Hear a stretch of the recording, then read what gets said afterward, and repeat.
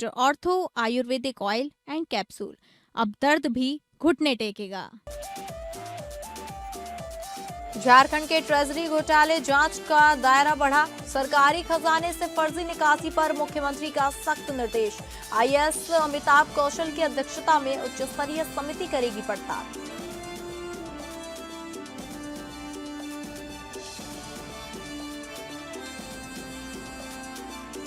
छत्तीसगढ़ के सीएम विष्णुदेव साय का प्रदेश व्यापी दौरा। सुशासन तिहार 2026 के तहत कार्यक्रमों के क्रियान्वयन की स्थिति का फीडबैक लेंगे।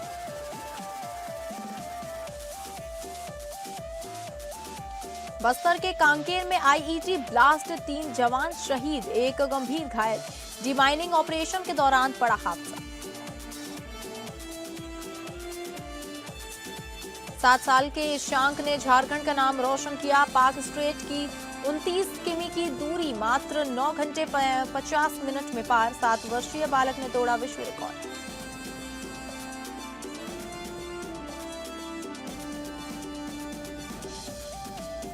नमस्कार, आप सभी का स्वागत है स्टेट लाइव में और मैं हूं आपके साथ अंकिता सिंह। स्टेट लाइव की शुरुआत करेंगे झारखंड की खबरों से। रांची जिला निर्वाचन पदाधिकारी सह उपायुक्त मंजुनाथ भजंत्री की अध्यक्षता में 64 हटिया विधानसभा क्षेत्र में प्री एसआईआर कार्यों की प्रगति की विस्तृत समीक्षा की गई। इस अवसर पर समाहरणालय स्थित उपायुक्त सभागार में आयोजित समीक्षात्मक बैठक में जिला उप निर्वाचन पदाधिकारी विवेक कुमार सुमन, निर्वाची निबंधक पदाधिकारी हटिया विधानसभा क्षेत्र राजेश्वर नाथ आलोक, जिला पंचायती राज पदाधिकारी राजेश साहू, हटिया विधानसभा क्षेत्र की बूथ लेवल ऑफिसर एवं अन्य संबंधित पदाधिकारी कर्मी उपस्थित थे। वहीं जिला निर्वाचन पदाधिकारी मंजुनाथ भजंत्री द्वारा हटिया विधानसभा क्षेत्र में प्री एसआईआर संबंधी कार्यों की समीक्षा करते हुए भारत निर्वाचन आयोग के दिशा निर्देशों का अक्षरश अनुपालन के निर्देश दिए गए। इस दौरान उन्होंने मतदाता सूची के अद्यतन, शुद्ध एवं त्रुटि रहित बनाने पर विशेष जोर देते हुए बचे हुए वोटरों की मैपिंग का कार्य जल्द से जल्द पूर्ण करने के निर्देश दिए। इसके अलावा जिला पंचायती राज पदाधिकारी को पंचायत स्तर पर चुने गए सभी जनप्रतिनिधियों का मैपिंग सुनिश्चित करने का निर्देश दिया गया। वहीं नेशनल हाउस नंबरिंग कार्य की समीक्षा करते हुए जिला निर्वाचन पदाधिकारी द्वारा बीएलओ द्वारा रजिस्ट्रार संधारण सुनिश्चित करने का निर्देश दिया गया, जिस पर उन्होंने कहा कि सभी बीएलओ हर घर में स्टिकर लगाना सुनिश्चित करें। साथ ही उन्होंने निर्देश दिया कि सभी बीएलओ अपने अपने क्षेत्रों में घर घर सत्यापन कार्य को गंभीरता एवं समयबद्ध तरीके से पूर्ण करें ताकि किसी भी योग्य मतदाता का नाम छूटे ना। इसके अलावा मंजुनाथ भजंत्री ने सभी बीएलओ को मतदाताओं के नामों को चिन्हित कर अनुपस्थित, स्थानांतरित एवं मृत मतदाताओं का विलोपन का कार्य समय नियम अनुसार करने के निर्देश दिए। उन्होंने कहा कि मतदाता सूची की शुद्धता में किसी प्रकार की त्रुटि स्वीकार्य नहीं होगी।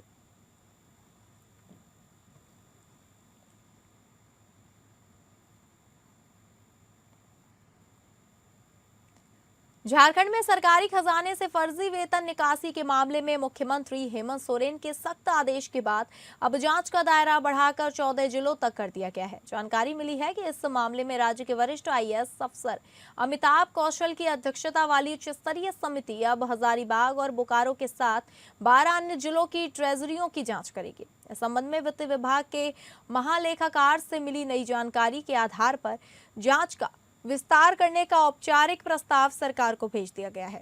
इससे पहले केवल 2 जिलों में अवैध निकासी की बात सामने आई थी, मगर नए खुलासों के बाद अब राज्य के अन्य हिस्सों में भी व्यापक पड़ताल की तैयारी है। तो वहीं रांची में कल मीडिया कर्मियों के बीच आकर भाजपा विधायक नवीन जायसवाल ने इस मामले में जांच सीबीआई से कराने की मांग उठाई। इस दौरान उन्होंने बालू की अवैध निकासी से लेकर राज्य में चल रहे भ्रष्टाचार संबंधित कई मुद्दों पर सरकार को घेरा है। का लूट हो रहा है, हम सभी जानते हैं। जमीन का लूट झारखंड में बड़े पैमाने पे हो रहा है, वो सभी हम जानते हैं। अब तो ये बालू, कोयला, लोहा छोड़िए, सरकारी खजाना का लूट ट्रेजरी में पहले हुआ, अब विभाग के अंदर 1 रुपया का चीज को 3 रुपया 5 रुपया में कैसे प्रभाव और दबाव देकर इसको खरीदा जाए। तो ये हम लोगों का भारतीय जनता पार्टी का मांग है कि इस पर निष्पक्ष स्वतंत्र एजेंसी से जांच हो ताकि दूध का दूध और पानी का पानी सामने आए।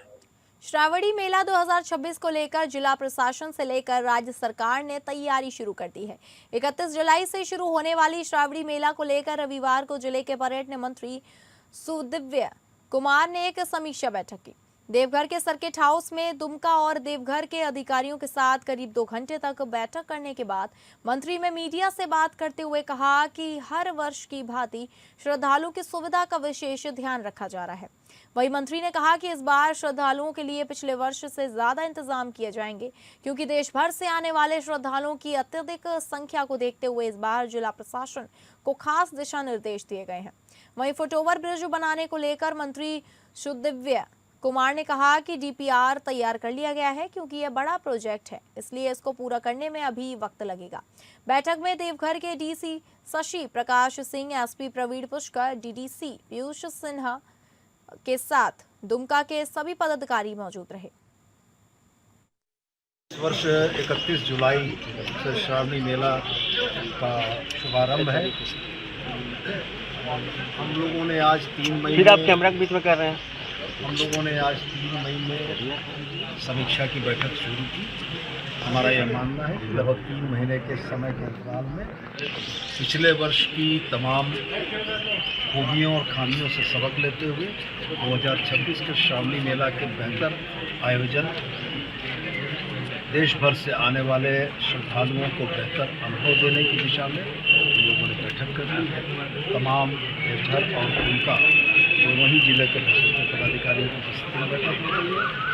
सारे काम से समय पूर्ण किए जाएंगे और हम लोगों का यह प्रयास रहेगा कि यह श्रावणी मेला श्रद्धालुओं को एक सुखद अनुभव देकर जाए। रांची के मोरहाबादी में सोना सोबरन मेमोरियल सोसाइटी की ओर से शनिवार को निःशुल्क स्वास्थ्य जांच शिविर, free checkup, health checkup camp का एक महत्वपूर्ण आयोजन किया गया, जहां बतौर मुख्य अतिथि पहुंचे रांची के जिला दंडाधिकारी सह उपायुक्त मंजुनाथ भजंत्री द्वारा दीप प्रज्वलित कर कार्यक्रम का शुभारंभ किया गया। आपको बता दें कि इस शिविर का उद्देश्य खासकर 30 साल से अधिक उम्र के नागरिकों को समय पर स्वास्थ्य जांच की सुविधा उपलब्ध कराना एवं गंभीर बीमारियों के प्रति जागरूकता फैलाना रहा। इस अवसर पर उपायुक्त मंजुनाथ भजंत्री ने अपने संबोधन में इस पहल की सराहना करते हुए कहा कि इस प्रकार के स्वास्थ्य जांच शिविर समाज के स्वास्थ्य स्तर को बेहतर बनाने में महत्वपूर्ण भूमिका निभाते हैं तथा लोगों को समय रहते बीमारी की पहचान और उपचार का अवसर प्रदान करते हैं।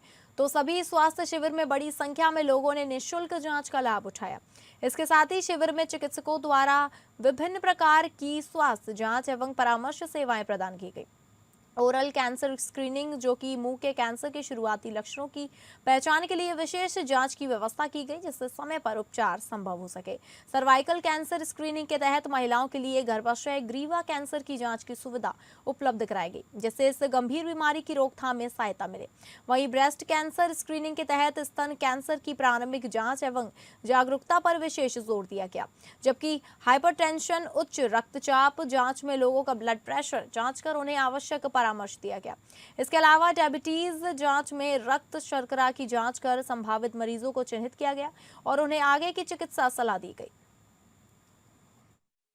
कैंसर, ब्रेस्ट कैंसर, इसका एक निःशुल्क यहाँ टाटा ट्रस्ट और प्लस हमारे स्वास्थ्य विभाग और सोसाइटी, सोना सोबरन सोसाइटी संयुक्त रूप से यहाँ किया जा रहा है। और आज के समय में आप सभी लोग सुने होंगे कैंसर इतने, अगर पहले से स्क्रीनिंग नहीं होता तो पता ही नहीं चलता कैसे लास्ट स्टेज में पहुंच जाता है, और जब लास्ट स्टेज में पहुंच जाता है तो बहुत कम एज में व्यक्तियों का डेथ हो जाता है और पता ही नहीं चलता। रोज आप लोगों को कहीं न कहीं सुनने में आते हैं। तो इसीलिए हम जिला प्रशासन की स्वास्थ्य विभाग की सोना सोबरन सोसाइटी को बहुत धन्यवाद अर्पित करके कि उन्होंने इनिशिएटिव लेके ये कार्यक्रम यहाँ आयोजन कर रहा है। और यहाँ आज जो कुछ हेल्थ चेकअप भी होगा, जैसे कि बीपी का और शुगर का और जनरल हेल्थ चेकअप, उसका भी किया जा रहा है और ब्लड डोनेशन का भी यहाँ कैंप लगाया गया। धनबाद जिले के मुनीटी ओपी क्षेत्र स्थित बीसीसीएल मुनीटी कोल वाशरी प्रोजेक्ट में बीती शनिवार को एक बड़ा हादसा हो गया, जिससे एक बार फिर कोयला खदानों में सुरक्षा व्यवस्था पर सवाल खड़े हो गए हैं। इस हादसे की चपेट में आकर 4 मजदूर की दर्दनाक मृत्यु हो गई। बताया जा रहा है कि करीब 40 फीट ऊंची सैलरी डंप के नीचे मजदूरों को ट्रक लोडिंग के लिए भेजा गया था। इसी दौरान अचानक सैलरी भरभरा कर गिर गया, जिससे 6 मजदूर दब गए। इस हादसे में माणिक बाउरी, दिनेश बाउरी, दीपक बाउरी और हेमलाल गोप की मौके पर ही मौत हो गई, जबकि 2 मजदूर को सुरक्षित बाहर निकाल लिया गया। इस घटना से आहत परिजन और ग्रामीणों ने कोल वाशरी गेट के सामने शव रखकर प्रदर्शन शुरू कर दिया, जिसके बाद देर रात कल बीसीसीएल प्रबंधन, पुलिस यूनियन और परिजनों के बीच वार्ता हुई, जिसमें मृतक आश्रितों को 20-20 लाख रुपए मुआवजा, आउटसोर्सिंग कंपनी में नौकरी, बच्चों को डीएवी स्कूल में दाखिला और अंतिम संस्कार के लिए 75-75 हजार रुपए देने पर सहमति बनी है। सूत्रों के अनुसार मजदूरों पर बेहतर गुणवत्ता का सैलरी लोड करने का दबाव था, जिसे लेकर मना करने पर नौकरी से हटाने की धमकी दी गई थी। आरोप में यह भी है कि इसी दबाव में मजदूर असुरक्षित स्थान पर काम करने गए और हादसा हो गया। बहरहाल सुरक्षा में भारी लापरवाही को लेकर coal washery GM Arvindam Mustafi, agent project officer Rajendra Paswan और सेफ्टी अधिकारी विद्यासागर बर्णवाल जांच के घेरे में है। बताया यह भी जा रहा है कि कोल इंडिया चेयरमैन ने खुद इस मामले में उच्च स्तरीय जांच के निर्देश दिए हैं। इसके अलावा मौके पर मौजूद और मृतक परिवारों की तरफ से वार्ता में शामिल गोपना डी पंचायत के पूर्व मुखिया छोटू कुमार दास ने कहा कि सुरक्षा में लापरवाही के कारण ये घटना हुई। प्रबंधन ने 20-20 लाख रुपए मुआवजा और नौकरी देने पर सहमति दी है। हालांकि उन्होंने जांच और भविष्य में सुरक्षा सुनिश्चित करने की मांग की है। बताते चले कि उस घटना की सूचना मिलते ही स्थानीय पुलिस, सीआईएसएफ की टीम और प्रशासन ने मौके पर पहुंचकर राहत एवं बचाव कार्य शुरू किया था। मुनीटी कोल वाशरी में सैलरी लोड करने के समय मजदूरों के दबने की सूचना प्राप्त हुई थी। मजदूरों को रेस्क्यू कर लिया गया है, अग्रतर कार्रवाई की जा रही है। इसमें जिस 4 मजदूर थे, भाई भी वही है। हम लोगों का छोटा छोटा में मानुस किया है, शादी वादी सब उसी ने किया है। मेरे भाई के तो जवान लड़की है, मेरे भैया का भी कोई नहीं है। कौन खिलाएगा मेरे भाभी को, मेरे भातीजी को? मेरा को शादी देने को बेटी है, अभी देने के लिए अभी बेटा का ऋण महाजन सौदा नहीं है। मेरा बेटा अभी चल गया, मेरा हस्बैंड भी चल गया। कौन हमको खिलाएगा हम लोग को?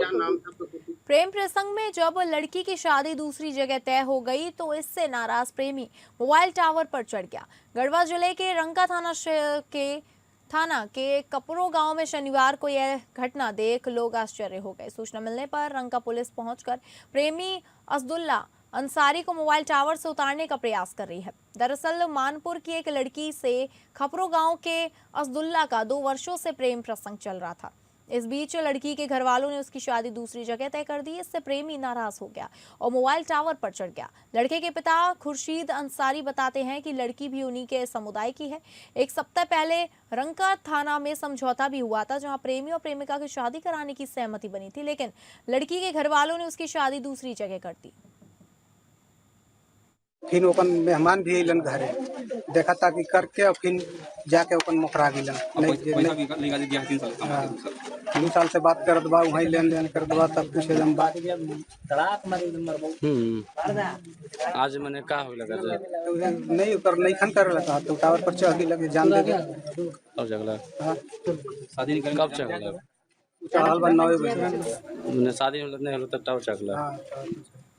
झारखंड के लाल नन्हे तैराक ईशांक सिंह को रांची स्थित उनके आवास में पहुंचकर प्रदेश भाजपा के विधायक नवीन जायसवाल ने उन्हें अपने हाथों से पुष्प देते हुए सम्मानित किया है।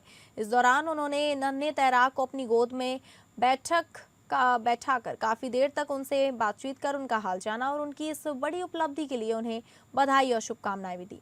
बता दें कि पाक स्ट्रेट की 29 किमी की दूरी मात्र 9 घंटे 50 मिनट में तैरकर रांची के 7 वर्षीय ईशांक सिंह ने एक नया विश्व रिकॉर्ड बनाया है, जिनके उज्जवल भविष्य के लिए कामना करते हुए हटिया विधायक ने राज्य सरकार से भी उन्हें सम्मानित करने की मांग की है। अच्छा लगा। अगला क्या टारगेट है? क्या सोच रहे थे आप? इंग्लिश चैनल पे करूँगा। अच्छा, बैठ जाइए ना, सब कोई बैठ ही जाइए। ईशांक, ये बताइए कि आपको ये तैरने का शौक कैसे उभरा? ये 3 साल से मुझे खुद से लगा था। जब मैं 3 साल का भी नहीं था तब से मुझे ये खुद मतलब खुद से इंटरेस्ट था। ये शौक तो हम लोग को पता नहीं है कैसे डेवलप हुआ, लेकिन हाँ काफी कम उम्र से, 3 साल का भी नहीं था, हम लोग तो यहाँ छठ घाट बनाते थे, एकदम पानी में कूद जाएगा जैसे ही देखेगा पानी, और निकलने का नाम नहीं।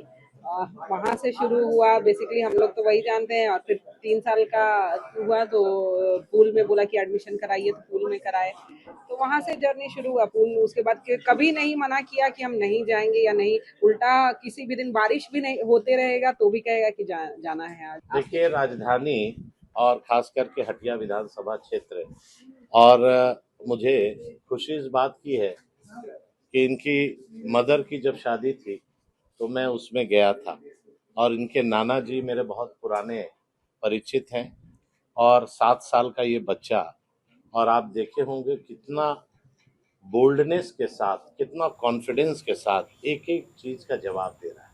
खबरों के सिलसिले में आगे बढ़ेंगे और बात करेंगे छत्तीसगढ़ की खबरों की, जहां मुख्यमंत्री विष्णुदेव साय आज से सुशासन तिहार 2026 के तहत प्रदेश व्यापी दौरे की शुरुआत कर रहे हैं। उनका हेलीकॉप्टर कहीं भी उतर सकता है, जहां वे नागरिकों से रूबरू होंगे और सरकार की योजनाओं की क्रियान्वयन स्थिति का फीडबैक लेंगे।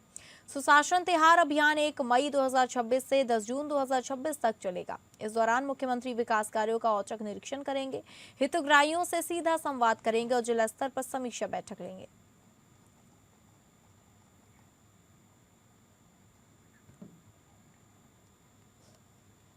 उप मुख्यमंत्री अरुण साव के बयानों से सियासी माहौल गर्मा गया है। उन्होंने एक और भाजपा संगठन में महिलाओं को मिल रहे सम्मान की बात कही तो वहीं आगामी चुनाव में जीत का दावा करते हुए कांग्रेस पर भी तीखा हमला बोला। उप मुख्यमंत्री ने कहा कि भाजपा संगठन में आधी आबादी को सम्मान दिया जा रहा है और छत्तीसगढ़ से 2 महिलाओं को राष्ट्रीय उपाध्यक्ष बनाया गया है, जो प्रदेश के लिए गर्व की बात है। इसके साथ ही उन्होंने आगामी चुनाव को लेकर बड़ा दावा करते हुए कहा कि 4 मई को पश्चिम बंगाल सहित 5 राज्यों में कमल खिलेगा और भाजपा सरकार बनाएगी। वहीं कांग्रेस पर निशाना साधते हुए साव ने कहा कि पार्टी का पाकिस्तानी प्रेम बार बार उजागर हुआ है, जिससे उसकी नीतियों और सोच पर सवाल खड़े होते हैं। साव ने कहा कि भाजपा देश हित को सर्वोपरि मानकर काम कर रही है और जनता का विश्वास पार्टी के साथ है। बस्तर कांकेर में बड़ा हादसा, डी माइनिंग ऑपरेशन के दौरान आईडी ब्लास्ट में 3 जवान शहीद। भारतीय जनता पार्टी के संगठन में बहुत पहले से महिलाओं के लिए पदों का आरक्षण है और पूरा देश इस बात को बखूबी महसूस कर रहा है कि भारतीय जनता पार्टी ने राजनीति में महिलाओं को पर्याप्त अवसर, पर्याप्त मौका दिया है। पार्टी के राष्ट्रीय उपाध्यक्षों में तो 2 राष्ट्रीय उपाध्यक्ष छत्तीसगढ़ से ही है और हमारे सभी कमेटियों में महिलाओं के लिए पद आरक्षित हैं। पहले से ही सम्मान दे रखा है। राजनीति में महिलाओं की भूमिका बढ़ाने का काम हमेशा से भारतीय जनता पार्टी ने किया है। बस्तर के कांकेर जिले में एक बड़ा हादसा हो गया। छोटे बेटिया थाना क्षेत्र में डी माइनिंग ऑपरेशन के दौरान आकस्मिक आईईडी विस्फोट में डीआरजी के 3 जाबाज जवान शहीद हो गए, जबकि एक जवान गंभीर रूप से घायल है। शहीद होने वाले जवानों में इंस्पेक्टर सुखराम वट्टी और 2 कांस्टेबल शामिल हैं। घायल जवान का इलाज जारी है। बस्तर रेंज आईजी ने घटना को दुर्भाग्यपूर्ण बताया। यह घटना माओवादियों द्वारा छुपाए गए आईडी को निष्क्रिय करते समय हुई। लगातार ऑपरेशन के बीच सुरक्षा बलों को यह बड़ा झटका लगा है।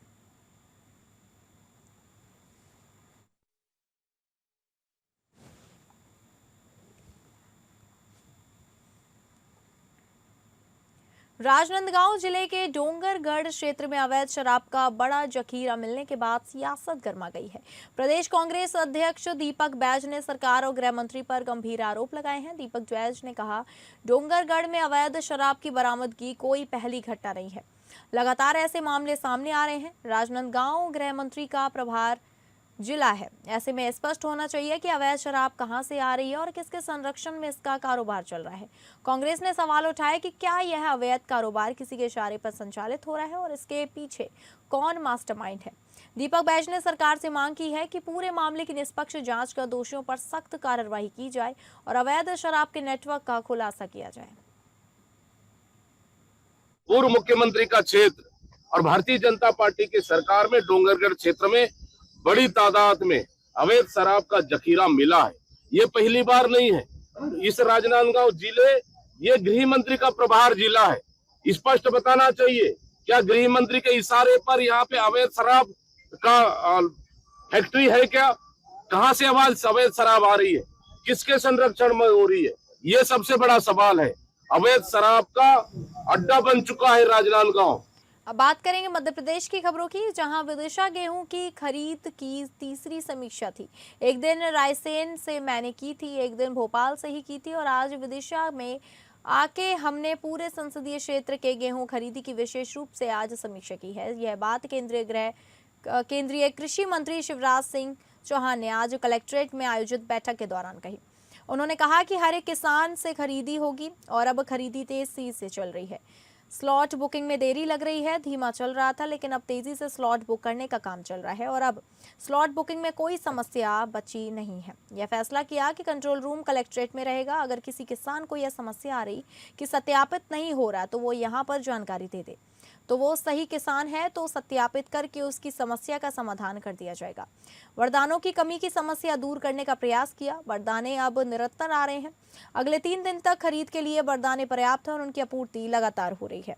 पहले तौल कांटे नहीं कम थे, उस तरह की समस्या थी। पहले 1000 क्विंटल ही खरीदी हो सकती थी, अब वो बढ़ के 2250 क्विंटल हो गई है और उसके हिसाब से जहां जहां कांटों को बढ़ाने की आवश्यकता थी वहां कांटे भी बढ़ाए जा रहे ताकि जल्द खरीदी का काम संपन्न हो सके।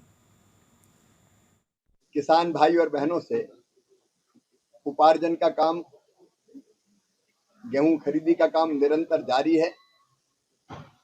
आज मैंने यहाँ विस्तार से विदिशा संसदीय क्षेत्र की चारों जिले में खरीद की क्या स्थिति है उसकी समीक्षा की है और मुझे ये बताते हुए खुशी है कि अब स्लॉट बुकिंग की समस्या जो पहले आ रही थी कि स्लॉट बुक नहीं हो रहे थे, अब स्लॉट बुक तेजी से हो रहे हैं और 80% से ज्यादा किसानों के स्लॉट बुक हो चुके हैं। सत्यापन की भी एक समस्या आ रही थी, उसका समाधान भी निकाला गया है। खरीद केंद्रों पर जो गेहूं पहले 1000 क्विंटल तौला जाना था, अब 2250 क्विंटल रोज उसकी तुलाई हो सकेगी। अब बात करेंगे महाराष्ट्र की खबरों का, जहां वाशी में मुंबई कृषि उपज बाजार समिति के तहत चलने वाले फल बाजार में आमों पर केमिकल का छिड़काव किए जाने का एक चौंकाने वाला मामला सामने आया है। यह खुलासा हुआ है कि आमों की गुणवत्ता बढ़ाने और उन्हें देखने से ज्यादा आकर्षक बनाने के लिए उन पर केमिकल का छिड़काव किया जा रहा था। खास बात यह है कि ऐसी जानकारी सामने आई कि कर्नाटक से आए इन आमों को बाजार में बिक्री के लिए प्रीमियम हापुस किस्म बताकर लाया जा रहा था। इस मामले की जानकारी मिलते ही खाद्य एवं औषधि प्रशासन विभाग ने तत्काल कार्रवाई की और संबंधित विक्रेता के पास मौजूद स्टॉक को जब्त कर लिया। एफडीए अधिकारियों ने जांच के लिए 14 दर्जन आम जब्त किए हैं और उनके सैंपल जांच के लिए एक प्रयोगशाला में भेजे गए हैं। इस घटना से वाशी के थोक फल बाजार में भारी हड़कंप मच गया और प्रशासन ने कड़ी चेतावनी जारी की है कि उपभोक्ताओं के स्वास्थ्य के साथ खिलवाड़ करने वाले किसी भी व्यक्ति के खिलाफ सख्त कार्रवाई की जाएगी।